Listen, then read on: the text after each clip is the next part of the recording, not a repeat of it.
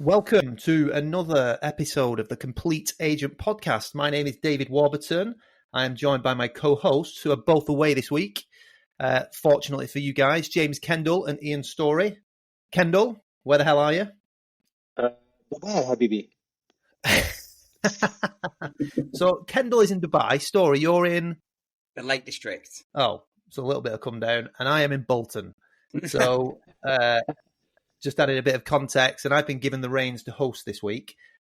So we've already had a bit of an issue with Ian's connection. Hopefully he won't fall out too quickly, although the podcast went really well when you left the other week. So let's see how it goes this week. Lads, how's your week been? I guess I'm going to throw that back to you, Storey, because Kendall, you've been on a sunbed for a week. So Storey, how's your week been? Good. Yeah, good again, really, with new listings and sales. I feel like we've had a really good run, and I'm sort of wondering when the come down is going to happen. Surely there must be a couple of fall throughs around the corner, and surely there must be a couple of lost instructions around the corner. Ever the optimistic man? Well, feeling super positive as usual. 20 years as an estate agent, it's not all rosy, is it? So it's been a really good run. I'm sure that something's going to happen around the corner, but no positivity. Yeah, we haven't got one that I think might fall through, which is a £1.1 million 2% sale. I did a viewing there with the buyer on Tuesday, and he was tearing it apart. Right inside with me on the viewing. Where's this leak coming from? What are they building opposite? Blah blah blah blah. And you just sort of get a sense that something might go wrong there. Yeah. But generally really positive. So much better than 12 months ago. So much better. Fantastic. Well, go on, JK. I know that you keep in touch with the team, and you've sent us a couple of messages in relation to what is going on at your place this week. So, what's happening? We've had quite a good week actually. Couple of deals tied up. We're getting ready to launch a brand new build site. We've already reserved 2 off plan actually in the last 4 weeks, which is really good. One of the things that we're struggling with at the moment that I'm trying to sort out is just photography and videographers, because we've got instructions coming out of our ears at the moment. We've got so much going on, and our usual guys are like 3 weeks down the line, and it's not good, to be honest. We've got people that are ready to come onto market and really super saleable homes, and there's a 3-week lag between when we can actually get them on the market. So we're just having to look at other options at the moment and see what's available. We have got a backup option for photography and for kind of floor plans, but we haven't got the kind of video backup, which we kind of need. So I'm just kind of in the throes of trying to sort that out while I'm away. But to be honest, really positive, as Storey says, much more positive than it was 12 months ago. And I think a lot of that is probably down to the work that we've been putting in, and I know I keep using it, compound interest of getting the letters out, and because we're talking about instructions here from kind of 350 all the way up to kind of 1.5, and the big one I've got launching soon at 3.5. So yeah, in a nutshell, pretty positive all the way around. What about you, Dave? Good. Yeah, decent actually. I've actually been quiet on vowels this week. I've done a couple of vowels, that's all this week, which is obviously very quiet for us, but to be honest, I quite like it that way. I've always said I'm a quality over quantity agent. It's how I like it. I like manageable amounts, but I like the bigger rewards. And it's been a good week for that. So we've had 2 sales. Again, I always go back to what you said, Ian. I think the gold is in the 500,000 up to 1.5, maybe, certainly in our areas.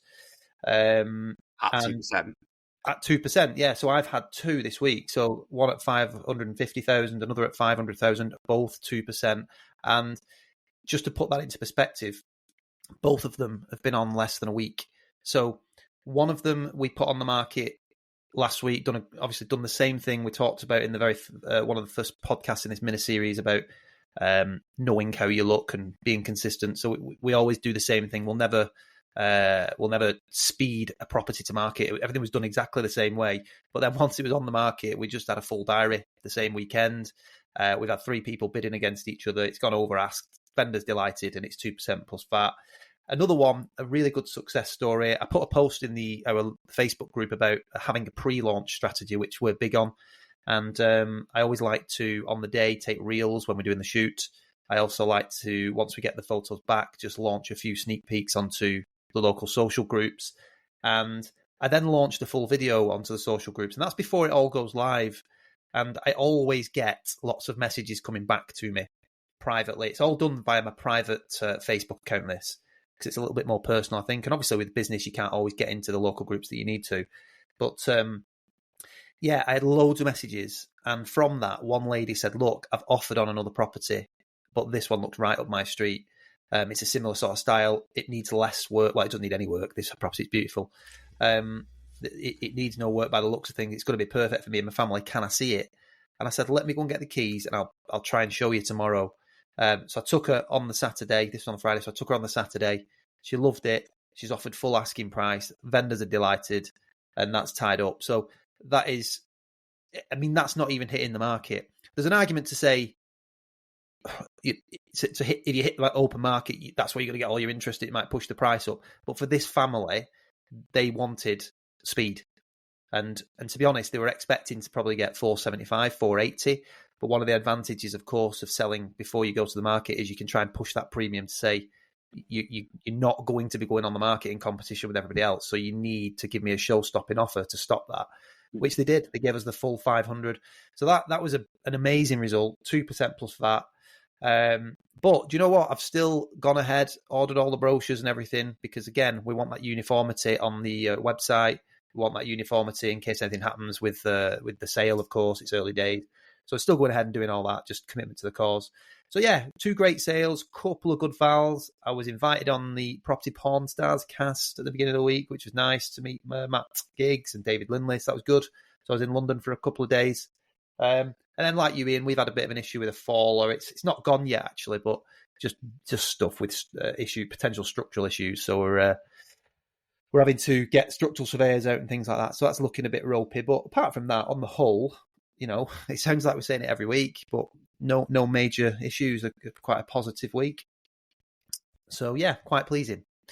Anyway, on to today's podcast. So as everybody knows, we've been doing a mini series, and it started with how do you look? So what we're trying to achieve here and show people is, you know, what we do every day, the sort of the minimum standards that we adhere to, and the systems and processes that we have in place that enable us to get into these higher value homes, and more importantly, achieve the 2% plus VAT fees. So we've had some really nice comments over the last few weeks in our Facebook group. So thank you for those that have said that they're really getting value out of the podcast. Genuinely means a lot to us. We're just we're just 3 mates having a chat, really, about estate agents. That's what it feels like. So we love the industry, and clearly there's a lot of passion in that group as well. A lot of agents out there just wanting to be better. So thanks for the nice comments. So yeah, we've done how do you look, sort of auditing your own agency. I think we then moved on to lead gen, didn't we, boys? And then it was last week we did the preparation for the valuation, and then maybe the valuation appointment itself. So we covered quite a lot in that. And we've also answered a few questions on the group from people that had listened and then pointed a few things out or asked questions. So we'd always encourage that, by the way. If you have got any questions after listening to this podcast, please do reach out on our group, the Complete Agent group. If you're not already a member, you can request to join there. And yeah, there's loads of great value, not just from us, by the way. There's some really good members adding some nuggets as well. So today's podcast is all about the follow-up. So this is, you've walked out of the front door, you've done the valuation, you've got back in your car, you're going back to the office. What happens next? I am going to throw this back at you, James Kendall. Okay, cool. So once we're done, because we kind of covered it last week, didn't we, and said about asking for the business in the living room. It's run over that again, James, because I know a lot of people don't. If I'm dead honest, I've never been aggressive in that area. I'm more like I have a softer approach. I always actually say to the client, listen, I'm not going to be one of these that's going to be pushing you, ringing you every week. What I'm going to do is I'm going to do the next few things. We'll book in a call, blah, blah, blah, and then catch up. So go on, what is your strategy there? Just to skirt over it. I think the thing is, I was like that as well. And I think you kind of slip into those habits of being the nice guy, and you end up being the guy that's got the same dog as the woman at the house that you're valuing, and it goes up with another agent. Yeah, if you're not sure what James is on about, listen to last week's podcast. But I basically lost an instruction because I had the same dog as my vendor, a Bichon Frise, which unfortunately passed away just before Christmas. Rest in peace, Rooney. Go for it. Anyway, sorry. No, that's all right. Positive vibe. Yeah, exactly. But the thing is, you ask for it in the living room. So I think, are you happy with everything that I've said today? Are you ready to move forward with this and see what they say? There's different ways that you can ask the question, but you get the vibe. If someone says to we're not selling now and we don't intend to sell for at least 6 months or whatever, then you can read the room. But if you're going to the appointment and they want to sell, then why not ask? It's a bit like meeting a girl in a club and saying, I really like you. Oh, I really like you too. I'm not giving her your number. Ask for the business. Ask for the number. Be prepared for someone to say no. Yes. And if they say no, then you can say, what was it in particular that has made you feel that way? And then they might say, for example, well, it's the fee. Okay, and what's that based on? I don't want this podcast to turn into the fee, but the point is you start that dialogue in the living room. It's a lot easier if you want the business for a start, it's a lot easier to have that conversation when you're in front of someone and get an agreement with them face to face there and then than it is to shake hands, walk away and say, I'll give you a call in a couple of days. And then they just absolutely blank you. So if you know, let's say hypothetically, you're not getting the business on the day because they're not quite ready yet, we'll leave and then we'll say to them, look, this is the expectations of what you can expect to hear from us. So I'm going to send you a proposal over. So if I go in the morning, we'll be in later on this afternoon. If I go late evening, I always try, unless it's physically impossible, I always try and send it the same evening, the same day as I go, if not very early the next morning. Very rarely that I have to do it the next day. But anyway, send it to them and say, look, I'm going to send you the proposal. Once I've done that, I'm going to send you a text just to make sure you've got it. And if you could just respond and let me know you've received it, okay. And then what I'll do is I'll follow you up in a couple of days after that. So obviously with using systems like Better Proposals, you can see that they have got it and they have opened it. The whole point of texting them isn't to say that have they got it or haven't they got it, because pretty quickly anyway. The point is it's another touch point. So you're texting them after the appointment, and then you've also told them you're going to call them in a couple of days as well.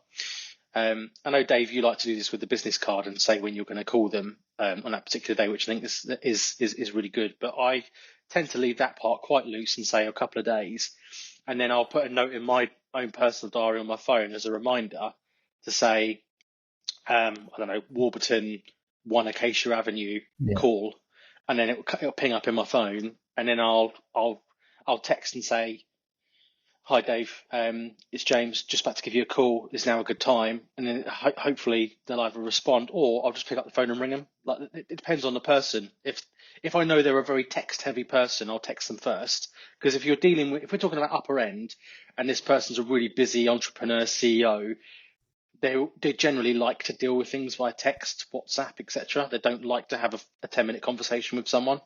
But, if they are just, the jolly old downsizer that loves to have a chat for 10 minutes, then I'll just pick up the phone straight away and go, hi, David, it's James. Obviously sent you the proposal over. How are you guys getting on? And, anything you'd like to discuss based on what we did. And maybe, from the notes I've made in the appointment, bring up a couple of things we discussed, etc. And then have a good chat from there. And then based on the outcome of that conversation, when are you looking to do this? I'm not trying to be pushy, trying to be proactive. When are you looking to do this? If they say, not for another 6 months, I will say to them, well, would you mind if I check in with you in, let's say 2 months' time and just see how you're getting on? And most people will say, no, that's fine, because it's not weekly. Then you check in with them 2 months, put it in your diary, and then it comes up in your diary in 2 months' time. Yeah. Bosh. I think, do you know what? Just unpacking a bit of that there, James. Firstly, I was really worried about where you were going with the pulling a girl in a nightclub analogy. But not something you're familiar with, is it? Yeah, that's shame. She's gone out with me, mate. She's got the same dog as me. Ethel is a nice woman, I'll have you know. But yeah, I think it's sort of irrelevant the medium you use in some respects. It's more agreeing to something, I find. And the comments that I get, and it is consistent, where people acknowledge that I've phoned or text when I said I would. So even if it's just, oh God, you're bang on time. And the way I monitor, the way I systemize that is that when I come out of the Val, that's why I like to leave them a card with the appointment time that I'm going to ring them with. As soon as I come out of there, I'll just quickly send the voice note to the office, and I'll just say, can you pop a note in my diary? So it's my proper open work diary, and just say, ring John Smith at 1 p.m. on Monday. So it's there, it's cemented in my diary, in amongst all my valuations. I'll make that call. But you've just alluded to the fact that some people prefer text and things like that. Strange that I had one this week. He's a policeman. He does a lot of nights. He just said, look, I'm probably not going to be able to take a call. Can you just text me? I said, of course I can, no problem. So I texted him yesterday. I had on Tuesday rather. So it was the same sort of thing. I'd left him a card saying text message, 11 o'clock, Tuesday morning. And I did. I sent him a detailed text message, just following up, how is everything, da-da-da. And he's actually given me the go-ahead, saying, great, thanks for the follow-up, blah, blah, blah. We digested all your proposal. It sounds fantastic. Let's go ahead. So I think the lesson there for me would be just do what you say you're going to do and set something up, whether it is a text message or WhatsApp or a phone call. Just make sure you set something up and stick to it, because I promise you the feedback you get will be really strong. And I think people appreciate someone that does what they say they're going to do. And it really bodes well that for them picking you as their agent. Yes, go on, Storey, you jump in. Yeah. Did anything to sort of pick up on JK's process there, Ian, before you talk about your own? Well, there's obviously quite a few things that are similar.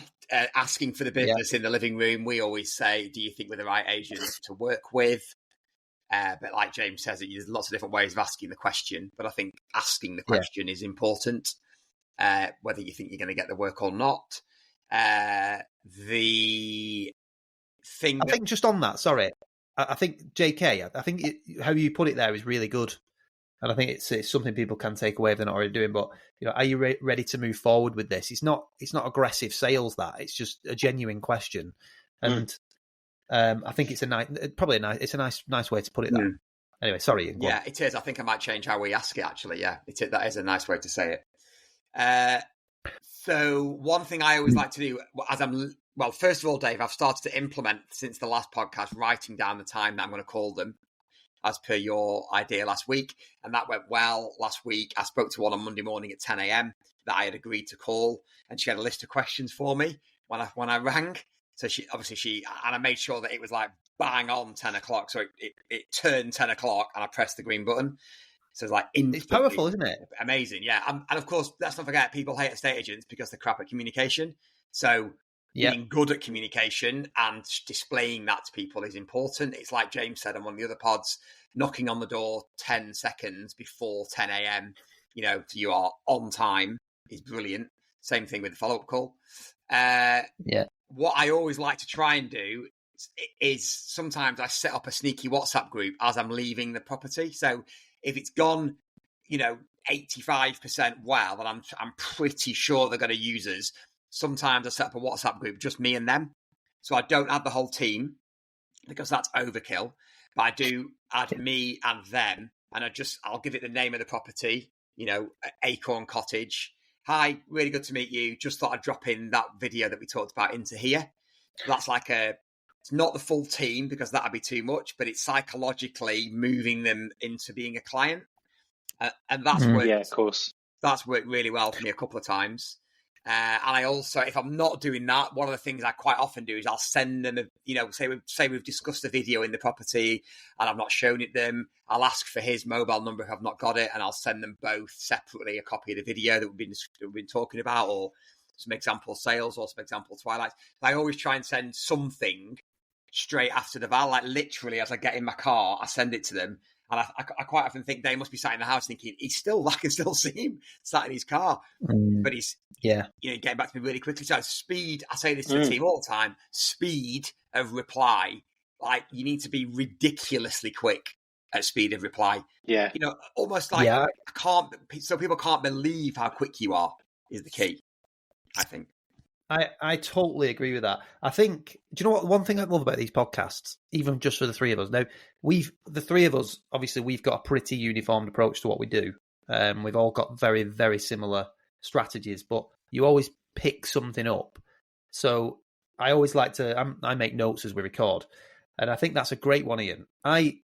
Everybody's a big fan of WhatsApp these days. Now, after the meeting, I always send usually a WhatsApp to the person, so they're on my phone, save them in my phone, got a WhatsApp. You can obviously see usually if people have read it, etc. And we set up, like JK does, I know as well, the actual group with the address upon instruction. Mm. But I think what I've just thought there from what you've said, bring that a step forward. Why not? Yeah. Make it an address straight away. I think that it's most people nice little psychological elements of that. And most people don't have the privacy setting, where you've got to send them an invite to join the group. Most people you can just add straight in. Mm. And even if they do have a privacy setting, they'll still get a notification saying Ian Storey is trying to add you to the Acorn Cottage group. But either way, I think that's a really good way to do it. And just something to pick up there that I just heard you say is I've always saved literally everyone's number into my phone, whether that's a buyer or a seller from the very first, like from the start of the company. So sometimes I get people ringing me and I'll be in my car and it'll be Dave Jones and I haven't got a clue who Dave Jones is, but I answer it and go, "Hi Dave, you all right?" And they go, "Oh my God, you've got my number. I've not spoken to you for 3 years." And I go, "Oh, I'll never forget a face, Dave. Never forget a face." Things like that are brilliant. Can I double down on that? Can I just kind of double down on that? One of the things I do exactly the same thing, but I go a step further, is that I would do like Ian Storey, Worming Hall Road or Stevenson Road. That's part of their name. Or something to do with it. Yeah, it's part of their name. Yes, yeah, so you put their actual name in the first name and the last name I always put in there, or if I can't get it in the company. So when they ring, it will say Dave Warburton, 1 Acacia Avenue viewer. And then when they ring me, like you say, you answer the phone and they say, you go, "Oh, hi Dave, how you doing?" And then they're like, "Oh, like Ian just said," he's just frozen because his internet connection's great. So that's how we did yours. But they'll go, "Oh, great. I wasn't expecting you to remember me." "Oh, yeah. We viewed Worming Hall together, didn't we?" And Ian's disappeared. So it's the JK and Warburton podcast. This is going to be a joyous last 20 minutes of the podcast, like last time. Do you know what? It's actually all the value is going to be packed in here from this point on. I'm sure he'll log back in a second. But yeah, so that extra layer with that, I always add in because then it gives you that prompt. I've got a really good memory, and I can remember a lot of things. Weird thing is, I can remember a floor plan of a house that I sold like 15 years ago. But like for some reason, I always forget to unload the dishwasher. But anyway, who'd have thought? But yeah, just that extra layer allows you. So when they do ring, it prompts you in your mind to go, "Oh yeah, they're the Worming Hall viewer from Acacia Avenue," and they are literally, like Ian said, their mind is blown.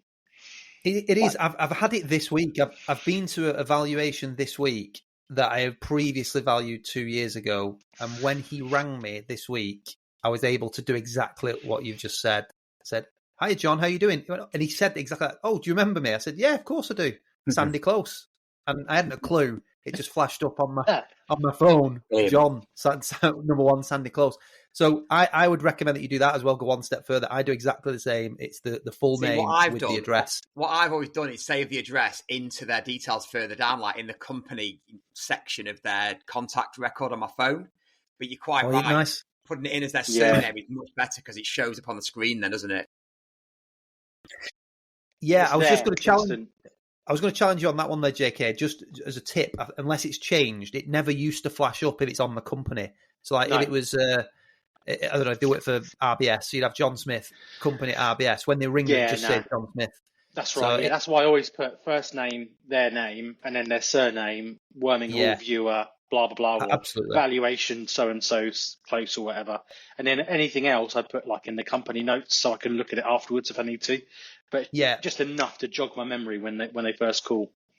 It's a brilliant strategy, and I've done that for such a long time as well. And if you're not doing it at the moment, guys, listening to this, it's really powerful that because you almost want to kick yourself sometimes. If somebody does ring you and it's a number you don't recognise and you kind of going, John on the phone. Oh, yeah, I get you.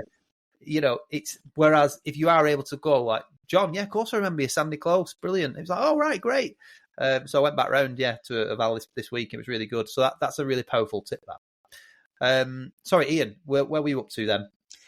My signal is terrible. You were commenting on JK. I was. No way, really? My signal is really bad, so you may have to take over talking from me, which is disappointing for everyone, I'm sure. Sorry, listeners. So I was just talking about our sort of when I'm leaving the house, basically. So I just try and make some sort of contact with them, and then, as JK was saying, getting the proposal back to them as soon as possible. So quite often, if I'm really confident on something, I've discussed the price with them in the Val.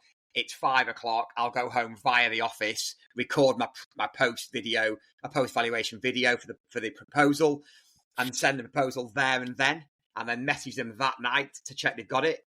Speed of reply with the proposal is important. You did break up a little bit then, Ian. I was saying speed of the reply with the proposal is very important.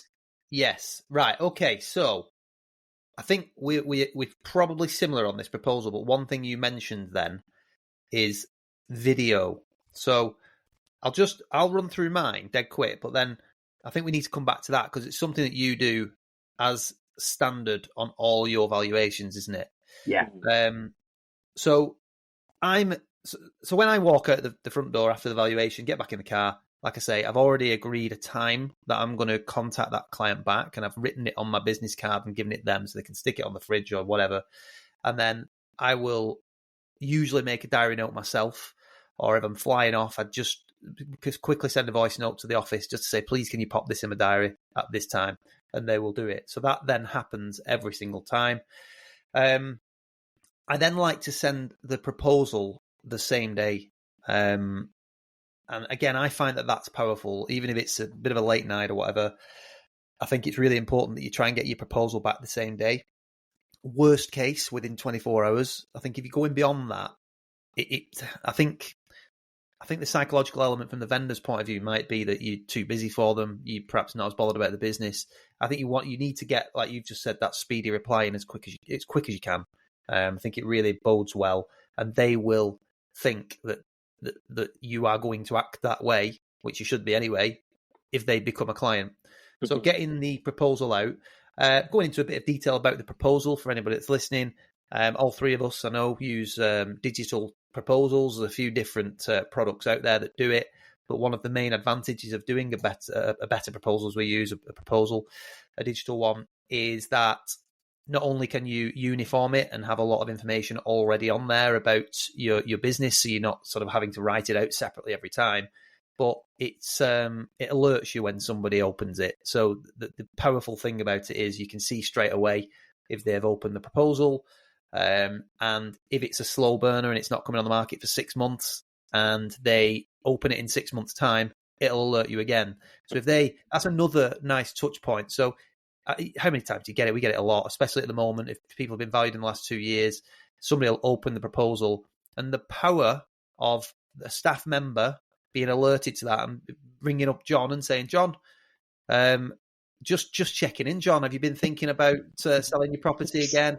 And then John goes, you'll not believe this. I opened your proposal just now. Oh, you're kidding, John. Wait, really? It was meant to be, John. It was meant to be. So that's really powerful, having a digital proposal. So we get that. We then have a text message system that alerts them to say your proposal is ready. So get the proposal done, send a text message to say your proposal's ready, jump to your email and go and check it out. What were you going to say, Ian? I was going to say that you should definitely put a video in every single proposal because people love that. You can talk about the dog, the cat, the holidays. It takes 5 minutes. Right, so don't skirt over that because I think it's really important. I'll be honest, I don't do it exclusively on everyone. I tend to use quite a lot of text format unless the time that I'll always use video is if somebody else wasn't there. Like, so if it was just and I always try. That's another conversation, by the way. But I always try and make a time where both homeowners are going to be in the valuation. But if you can't get that and one has been missing, I would always do the video. But I know it's really powerful for you, so I think you should talk about what you do with that and what it looks like, because it's really important and it sits within your proposal, doesn't it? It does, yeah. So just to explain again, my signal is crap. Sorry, this may go, and I'm sorry if it does. But we've for the last 4 years maybe, we've recorded a video for every valuation. So what that means is we go and do the val, we take a load of notes, we come away, we go back to the office. We've got a nice recording studio space set up in the office with a comfy sofa, proper professional lights, mic. Nice little coffee table, bunch of flowers next to the sofa, that sort of thing. And then we sit down and we record directly to the camera, speaking to the owners. So we'll say, hi, John and Barbara. My parents are called John and Barbara, by the way. Big shout out.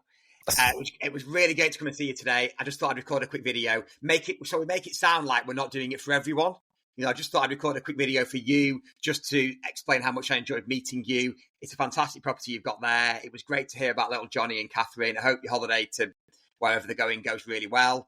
I thought that the way you've done this and that, I'd like to bring it to life by using... So we talk about what we're going to do, talk about them.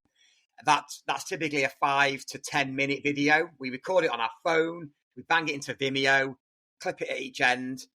And then you can upload that directly into Better Proposals, and that sits at the top before we start talking about all the detail on the marketing plan below. So that's become just part of every single one now. I say every single one. There's one or two where you think, I've not got time to record the video because I've got to go and do something else. So every now and then I put a proposal out that hasn't got one in, just because speed of reply is more important than getting a video in the proposal sometimes. So just on the follow-up video, Ian, what is it that you're going through? Do you have a structure, or is it just generic based on what you chatted with them, or do you really want to go through everything, or is it a case of, this is what we've discussed, really love your house, this is what I think we might do with the marketing, read through this proposal, you'll find all our fees and everything, blah, blah, blah?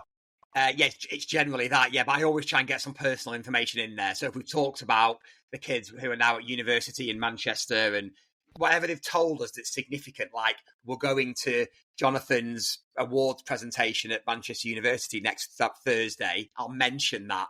And then I'll send myself a little reminder to say, text them on the Friday and ask them how Jonathan's presentation went yesterday. Things like that.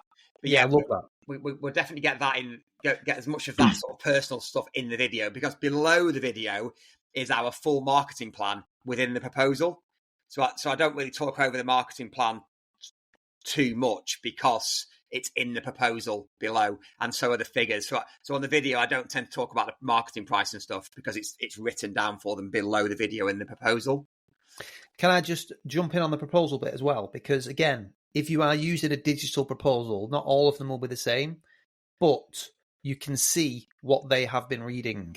Yeah. So it'll tell you. If it's split into sections, you can. Yeah, so if you set your proposal up into sections, so you might have introduction, quick recap, and then you might have our 16-step selling plan. Then it might be photography, videography, different sections, just showing what you do. You can see how long the client has spent on that particular section. The advantage of that is obviously you can see what they are really interested in, because if they are sort of the right-brained, if you like, and they like all the arty stuff, you can see that they'll probably have been looking at a lot of your photographs and a lot of your video, so you can relate your follow-up to that and things like that. But equally, if you can consistently see that people are not reading certain sections of your proposal, it maybe means you need to adjust it a little bit and take that out because it's not hitting the spot with the vendors. So I think that's another useful thing if you're not using digital proposals. And being dead honest, guys, if you're listening to this, I think if you're not using digital proposals in this day and age, you probably need to start. Yeah, exactly. But by the way, most aren't. So, right, okay, yeah. Well, certainly not by me. Most of the competition that I go up against are still sending a letter. Yeah, I just think it's too samey, and it's too late as well a lot of the time. Yeah, too late. Yeah, sending a letter in the post, like not even sending a letter by hand or dropping it off by hand. No. They're sending it in the post. It's landing a couple of days later, and by then you could have signed them up. So many I go to, they've not had a letter. Well, the amount I go to where they say they haven't come back to me. They discussed it on the Val, and I've not heard from them since. I still get that loads. And the other thing I think with the digital proposals is we are still in the age where the majority of our clients don't like, my kids, when they grow up, they will know all about this, won't they? And they'll understand how it works, and they'll understand why we're calling them when they've opened the proposal. They'll understand it. Currently, our clients don't, so you can really still wow them. They can't believe you've called. Well, you've just opened the proposal, mate, and I've got a notification. That's why I've called. But they still can't believe that. So there's definitely still a big opportunity. And better proposals is like, what, 40 quid a month? Something, it's ridiculous. And the thing is as well, I've seen stuff as well from competitors that have landed. If a vendor has been transparent, or I don't even know how sometimes I've come across them, but I've seen them before where it's like such an estate agency was established in 1964. We're a family, and you're, oh my god, we are great. No we us. Yeah. It's the good thing about proposals is you can have all your stuff there, and they can choose to read it if they want to. Mm-hmm. But the reality is they're going to get to the top. They want to see what Ian's video, or they want to see the intro that we've written and the recap. They want to see what we think it's worth properly after some consideration. Because I think we've touched on this.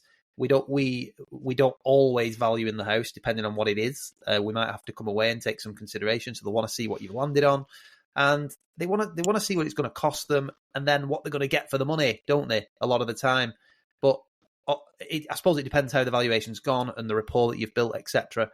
Certainly at the mid to higher end of the market, they're expecting a certain level of service. And that's why you can command higher fees, because they're not as motivated on the fee that they're going to pay. If you get it right and you can differentiate yourself. And all these things that we're talking about here, digital proposals, booking in a call and calling when you say you will, and obviously all the social proof, etc. These are the things that will get you to your 2%. Ian, I think one of the things I've just thought of then, the slight sidetrack, but one thing I still see from other agents is one of these glossy A4 folders that's got loads of advertising in the back from the local carpet fitter and curtain company. Like I'm sure we were definitely doing those 15 years ago, because it's free for the agent because they're selling all the advertising. So I still see things like that. So, you really have got a good opportunity here, guys, to massively differentiate yourself still, even now, still now. Especially great point with what you're saying. As well. Yeah. And sorry, just to pick up on that point, what you were saying, you're right, that a lot of people don't understand this digital side of it yet. They don't realise that if you're clicking on read proposal, that's sending us an alert. No. And then we can quickly ring them and say, just wait to follow up and catch up with your plans at the moment, and they just think that it's an incredible coincidence that you've rang. Dave, it's 2 a.m. Why are you ringing me now? So it's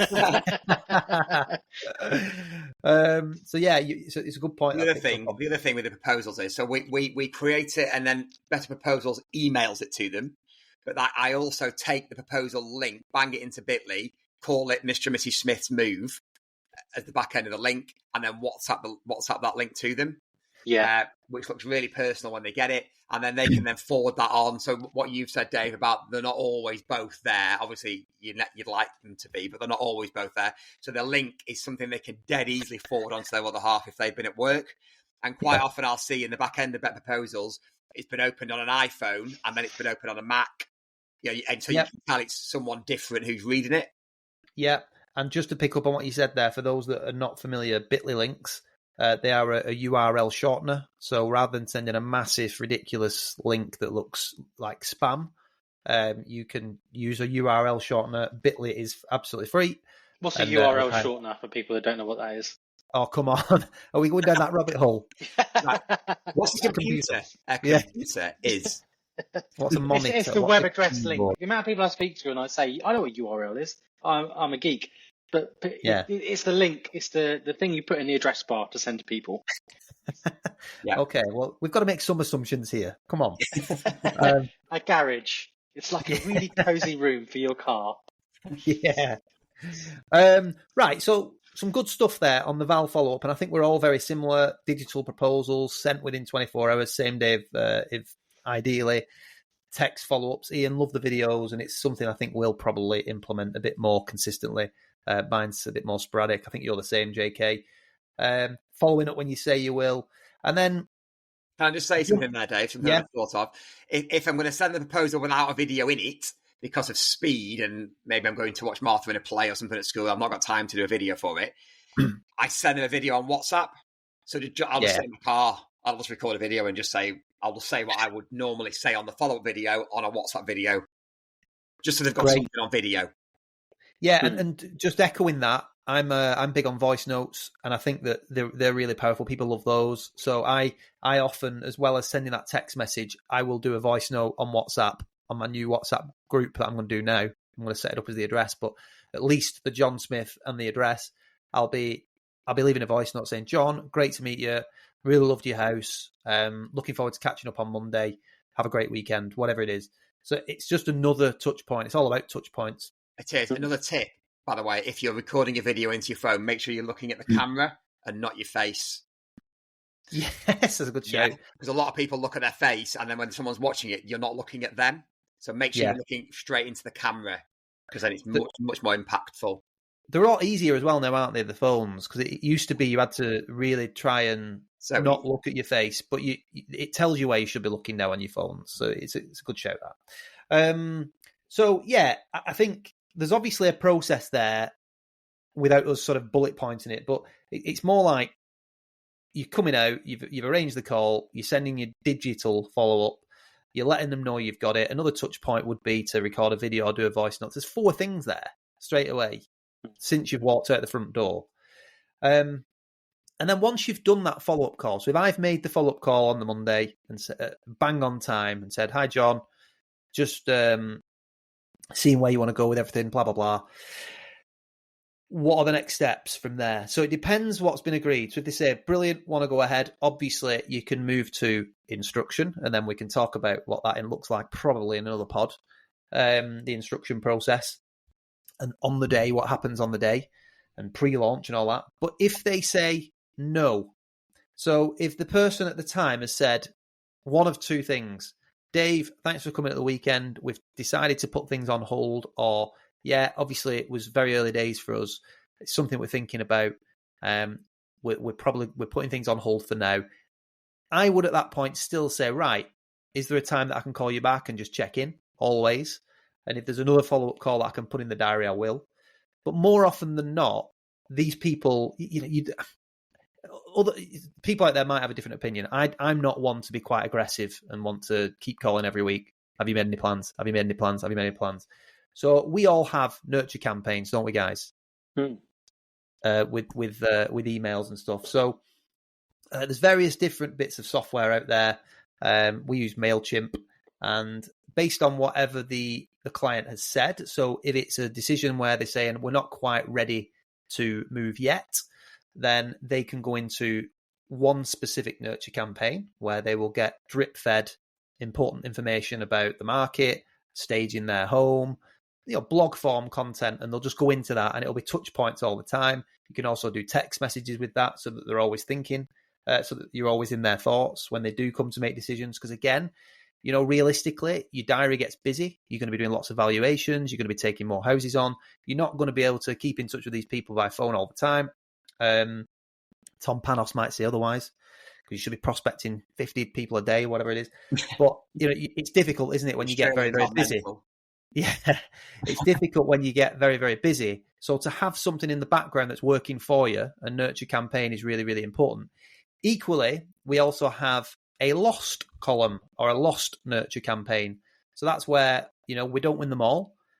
So when they've gone on with another agent and you do want to keep in touch with them, we have another nurture campaign that will take them down a different journey.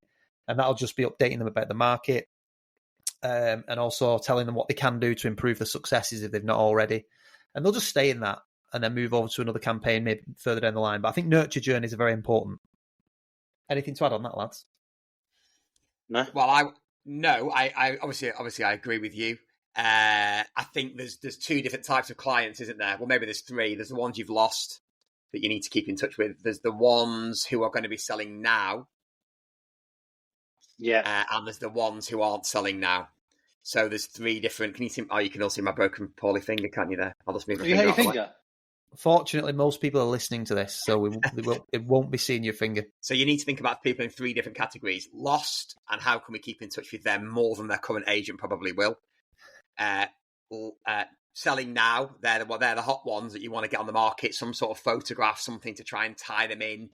Quite often we'll say to these people, is it okay if we just send our photographer just to do an outside shot, just so we've got something to be working on for the future? We're not asking them to sign anything there. some sort of photograph to try and nudge them nearer to being a signed client. Mhm. And then you've got the people who are long-term nurture.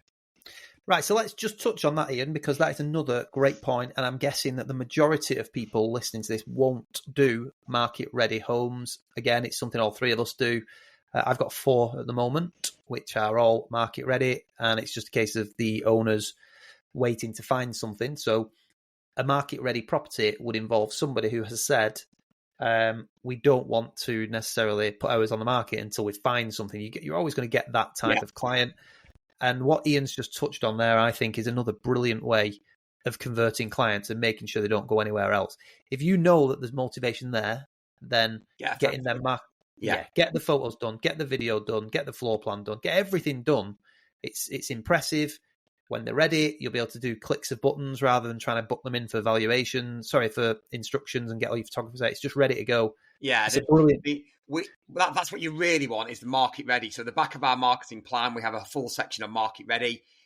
We now do an upfront marketing fee, so they pay us for that, $550 plus VAT.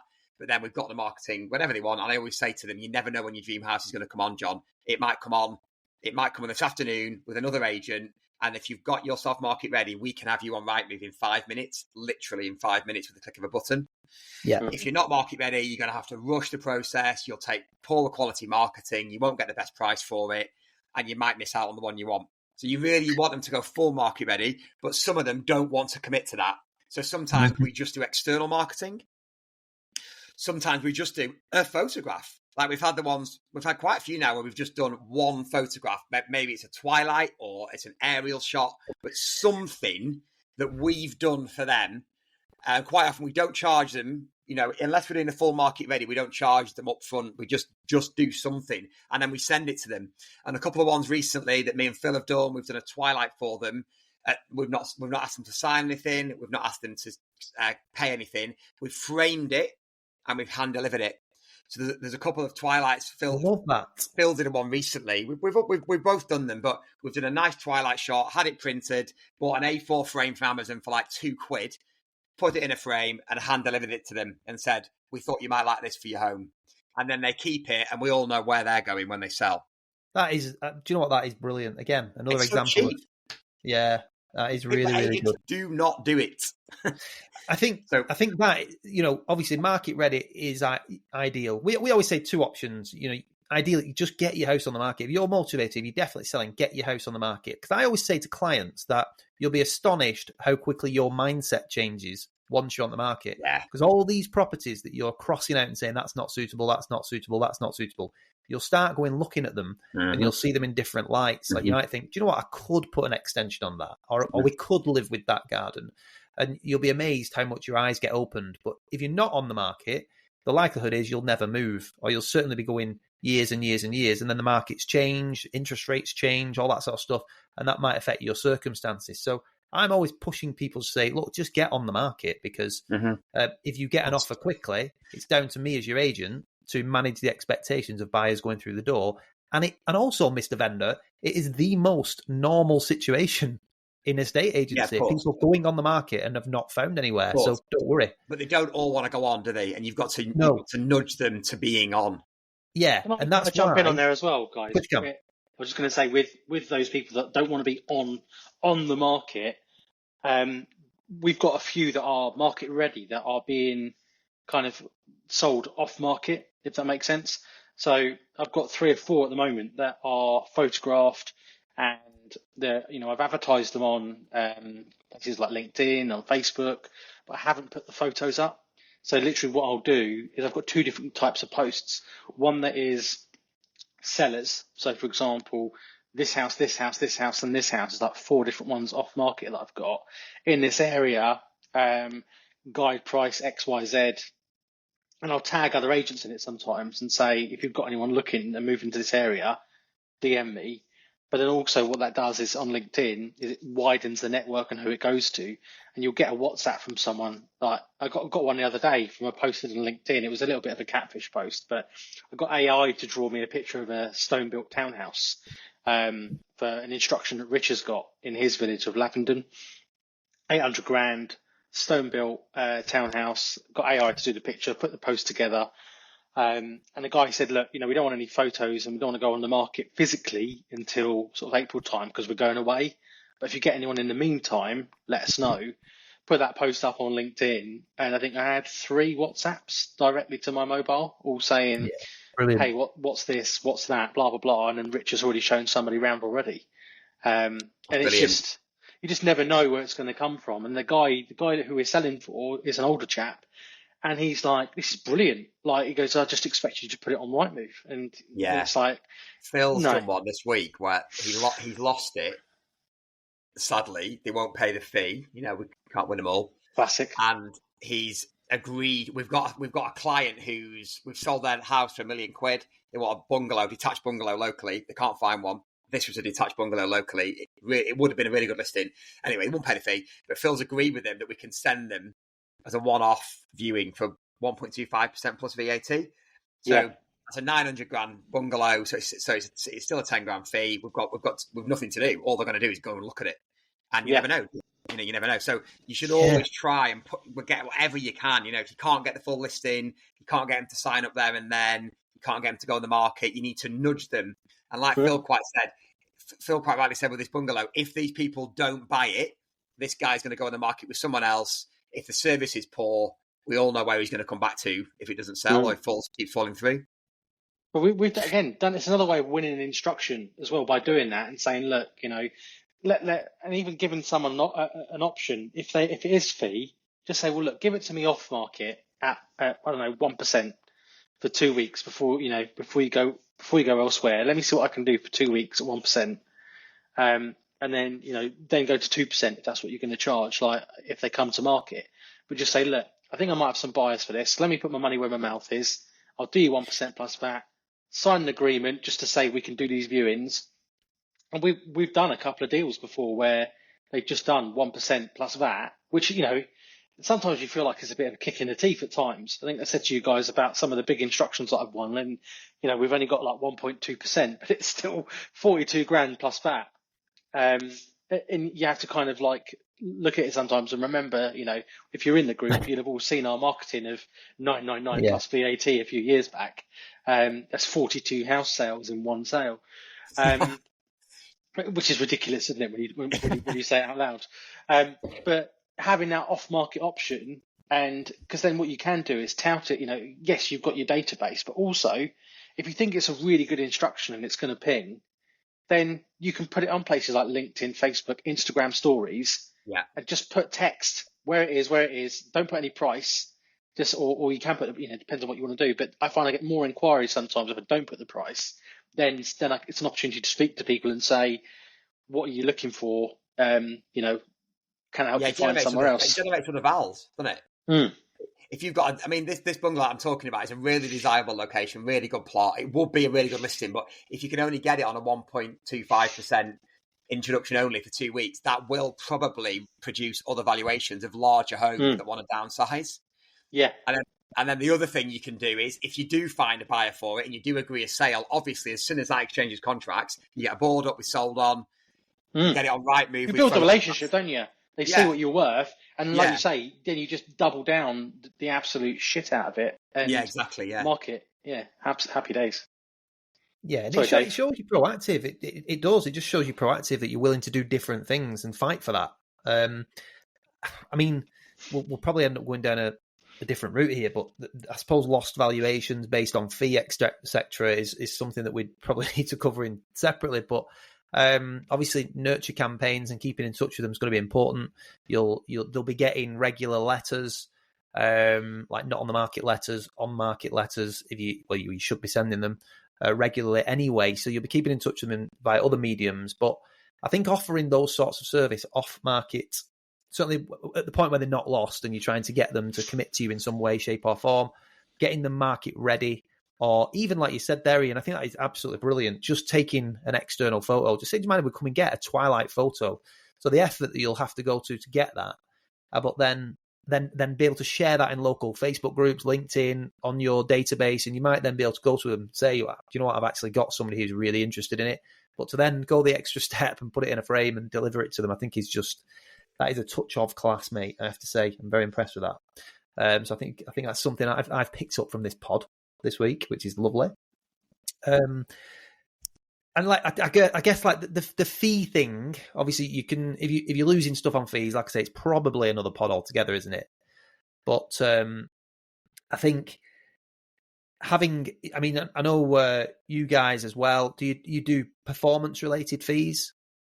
Well, this is something that sort of slipped a bit because I just got into the groove of getting 2% plus VAT every time, and that is definitely not to sound big-headed. You know, there was a lot of process that went into that mindset. Sorry, I'm gonna interject here again and give you another compliment, because I think you touched on something there where Phil's had to walk away from that bungalow, where you've said it's a brilliant location, it's a brilliant house, and I'm guessing that if he was willing to do a deal, that you would have got that house. Oh yeah, and Phil knows he can't, and Phil knows we're worth more. Yeah, and do you know what I'll give you a bit of context on that. Now you mentioned it, Dave. Phil, this was yesterday. No, it would have been the day before. Sat in the office and he said, "I've lost that bungalow. I did all I can, but they just, they won't pay the fee." Phil did not say to me, "Can I do 1.5 and get it? Can I do 1.4 and get it?" Phil knows our worth, so we walked away. And instead of negging the fee, he's gone down this route of trying to find an introductory fee. And I think that the thing that I like about it, Ian, is you're just setting the standards. And when you're transitioning from doing normal residential properties to high end, and we've all been there, I think it's so important that you stick to your standards. You're going to have to go through some pain. You're going to have to walk away from some houses that you don't want to take on. You are going to lose sometimes on fee. JK just touched on it. Sometimes, of course, if it's a £2 million house and somebody wants to pay it, you can only get 1.25, 1.5. It's not just high end. It's not just high end either, Dave. The average price we sell at 850. So there's plenty of this goes on for us at 600-700 where they don't want to pay the fee. It's not just the high end, but absolutely north of $1 million. Of course we'll neg on the fee a bit. I mean, our average fee last year was 13.5 grand. So if we've got something at 1.25 and, as a push, I'd probably come down to 1.5 plus VAT because it's still an 18 grand fee. But the difference, Ian, the difference there is you're coming down to 1.5. And I think a lot of the listeners, and we've all been there, so it's not a criticism, it's just a mindset shift.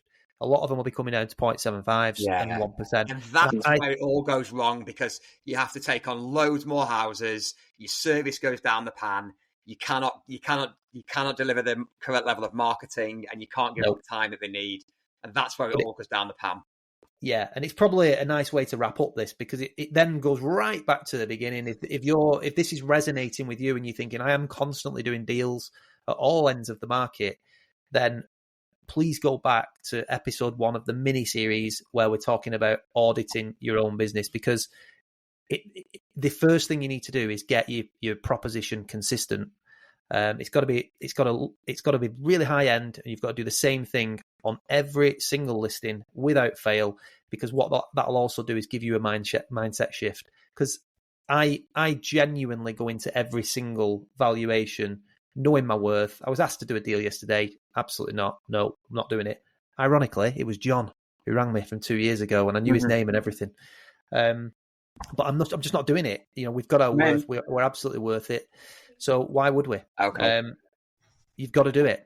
Go on, JK. You've got your hand up. I'm just going to jump in on performance fees, because I know you mentioned it previously there, and I don't think we quite capped it off. Some of the best fees I've ever got are on performance fees. And tell us about that main one that you got. It was a minter, that, wasn't it? Tell us what performance fee is. Tell us what performance fee is. So a performance fee is a fee based on your performance. Off the URL. See you next week. Yeah, cheers, guys. So performance fee is based on how much you achieve. So, for example, in this instance, I went to this house. I was recommended by someone, and it was a classic fee. So I'd quoted 1.5%, and I'd actually valued it higher than the other agents, but I'd come based on different things. So looking at the square footage of the house, I can see you were both looking at me intently there, waiting for me to slip up. Not going to happen. It's not. I'm looking. Obviously, people listening can't see, but you look like you're about to drop a beat with your massive headphones on, and he's just playing around with his weird finger. Yeah, Ian said his finger, anyway, just in case anyone doesn't know.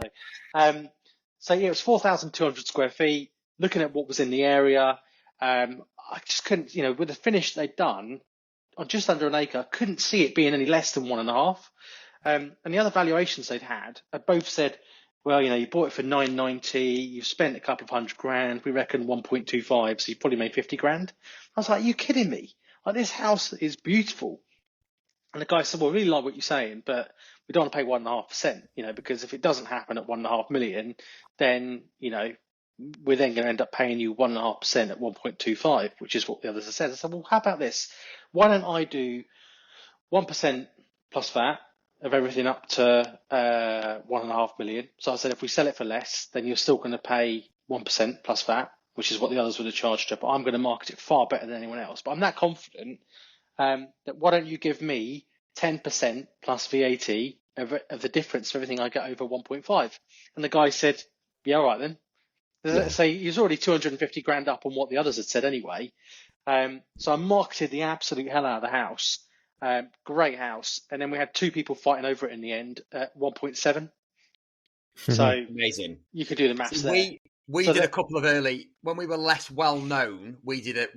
By the way, we've all learnt this method from Perry Power, haven't we? We should probably mention it was Perry that gave it, certainly Perry that gave me the idea. 100%.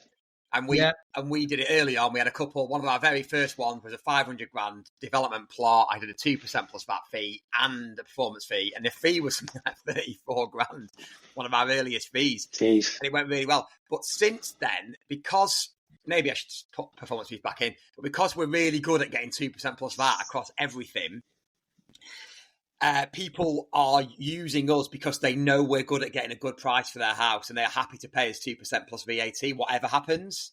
If I then start saying, we're going to get you, we're going to charge you on the uplift as well, I'm not sure how that would go down really, because they're paying us 2%, which is double what they're paying everyone else, because they know we're good because we've got the pedigree now.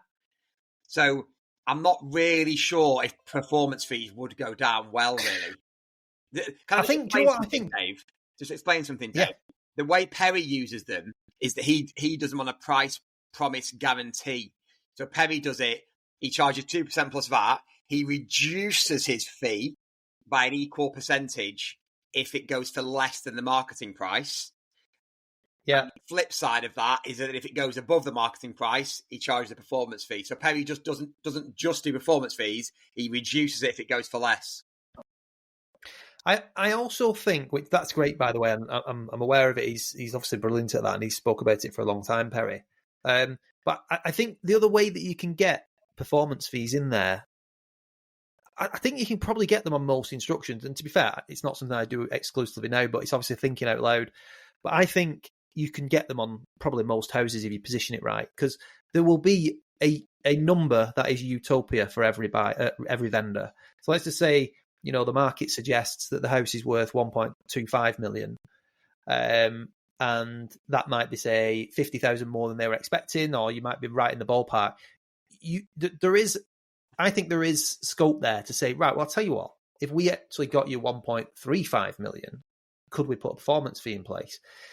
I don't think it's cheeky. I think it's showing that you're going to work extremely hard to get the very best possible price for that vendor. And if you're saying I'll have a 10% or 20% plus VAT uplift on that, if I get you an extra £100,000, I'll be worth my performance fee. You'll be happy with an extra 80 grand. You'll be happy to pay me 20. I think they're going to agree with that. And the difference as well at the higher end of the market is because there's quite a lot of liquidity, there's a chance that you can go beyond the market value. Go on, you're shaking your head a little bit. Yeah, I was going to say, I really think it depends on the client, Some clients... Yeah. I really like clients who are salespeople. They've got a lot of clients who are salespeople themselves, like high-level salespeople. Yeah. And I'm a sucker for a shiny new thing or a deal like any other salesperson is. And I think that works. That's why it's good dealing with salespeople, I think. And they're the sort of people who would see the value in a performance fee. You get some people who don't like it at all, which I think is why Perry does his price promise guarantee, where if it comes below the marketing price, there's a reduction in the 2%. So it sort of gives them a bit of security, if that makes sense. Yeah, no, I do. Someone like Ethel and Graham, like in downsizing, they're probably not your target audience. No, you're right. And if you're getting 2% it is going to be plus VAT across the board, I don't know. It's a place to be, isn't it? Don't rock the boat. It is going to be situation specific, I think, and it'll probably work more when you're potentially on the verge of losing something, when you're trying to give them that extra confidence that you can get a higher fee. And the other thing, Dave, is, of course, you can always take it off, can't you? So on the odd occasion, we've waived the upfront marketing fee now of $5.50 plus VAT. We've waived it because we're getting 2% anyway.